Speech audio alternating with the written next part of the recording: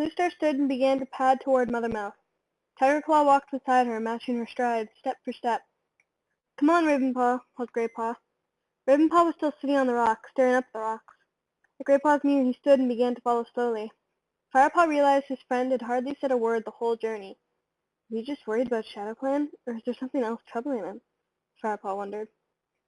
It took the cats only a few moments to reach Mother Mouse. Firepaw stood on the threshold and peered inside. The blackness beyond the stone archway was darker than the cloudiest night. Firepaw narrowed his eyes, trying to see where the tunnel led, but he couldn't see a thing. Beside him, Greypaw and Ravenpaw craned their heads nervously around the entrance.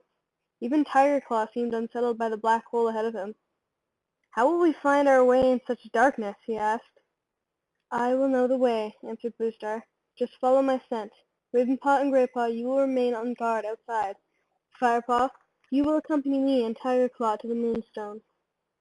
Firepaw felt a thrill jolt through him. What an honor! Firepaw glanced sideways at Tiger Claw. The warrior sat with his chin boldly raised, but Firepaw could detect a subtle fear scent coming from him.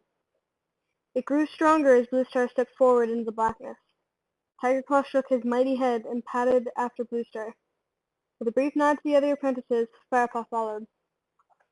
Inside the cave his eyes still detected nothing. The complete and utter blackness felt strange, but he was surprised to find that he wasn't frightened. His eagerness to discover what lay ahead was stronger. The cold, damp air reached through his thick fur and into his bones, stiffening his muscles. Even the coldest sights did not hold the same chill as the air here. This ground has never known the warmth of sun, thought Firepaw, feeling the rock smooth like ice beneath his paws. Freezing air filled his lungs with each breath until he felt lightheaded. He followed Bluestar and Tiger Claw through the darkness, judging his way by scent and feel alone.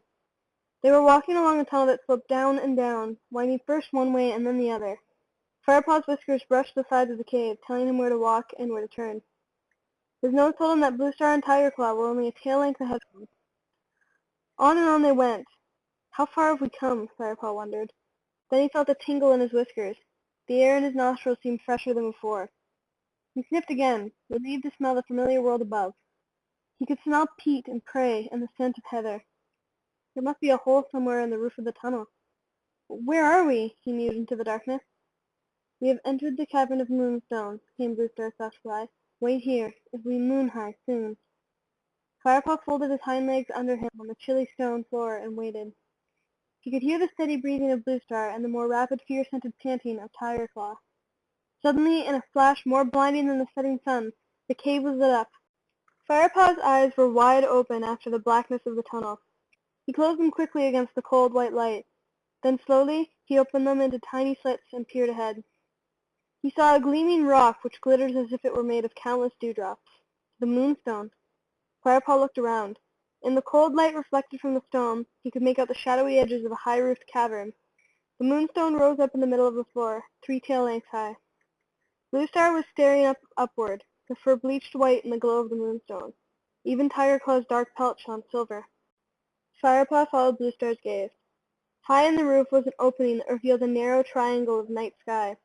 The moon was casting a beam of light through the hole, down onto the Moonstone, making it sparkle like a star.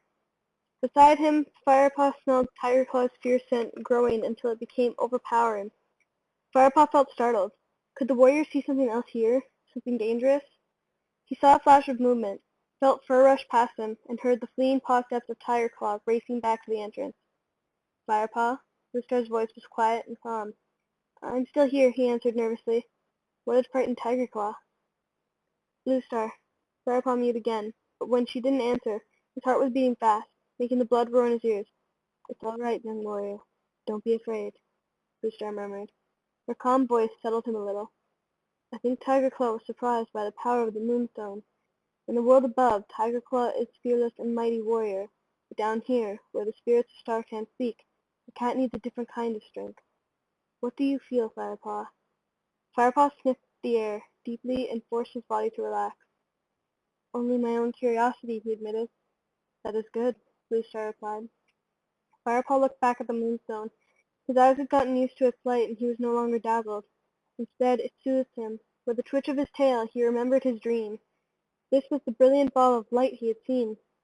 Spellbound, Firepaw watched as Bluestar padded up to the stone that lay down beside it. She reached her head forward and touched the moonstone with her nose. Her blue eyes sparkled with its reflection for a moment before she closed them. Now she rested her head on her paws, her eyelids flickering, her paws twitching occasionally. Was she sleeping? Then Firepaw remembered Greypaw's words. New leaders have to sleep near the stone, and as they sleep, they have special dreams. He waited. The chill was not so intense here, but still found himself shivering. He had no idea how much time had passed, but suddenly the rocks stopped glowing. The cavern was plunged into darkness once more. Firepaw looked up to the opening of the roof cavern. The moon had passed on, out of sight. All that remained were tiny stars shimmering in the blackness. Firepaw could just make out the pale shape of his leader, lying beside the moonstone. He wanted to call out her name, but did not dare break the silence. After more endless moments, she spoke to him. "Firepaw, are you still there?" The voice sounded remote and agitated. "Yes, Bluestar." Firepaw heard Bluestar's paw steps approaching. "Hurry," she hissed. He felt fur brush past him. "We must return to camp." Firepaw raced after her, astonished by the speed with which she rushed through the blackness. He followed her scent blindly, up and up the stone tunnel, until she led him safely back into the outside world. Tiger Claw was waiting at the opening beside Greypaw and Ravenpaw as Bluestar and Firepaw climbed out of the cave. His expression was cold, his fur was slightly ruffled, but he sat motionless and dignified. "Tiger Claw," Bluestar greeted him, but did not mention the warrior cat's flight from the depths. Tiger Claw relaxed a little. "What did you learn?" "We must return to camp immediately," Bluestar meowed briefly. Firepaw saw a look of desperation in the leader's eyes. Now the horror of his dream forced its way back into his memory. The fleeing cat, the great dark warriors, the ear-splitting wail of distress. Firepaw tried to ignore the cold fear that gripped his muscles, and followed Bluestar as she and the others raced down the dark slope away from Mothermouth. Was his nightmare vision about to come true?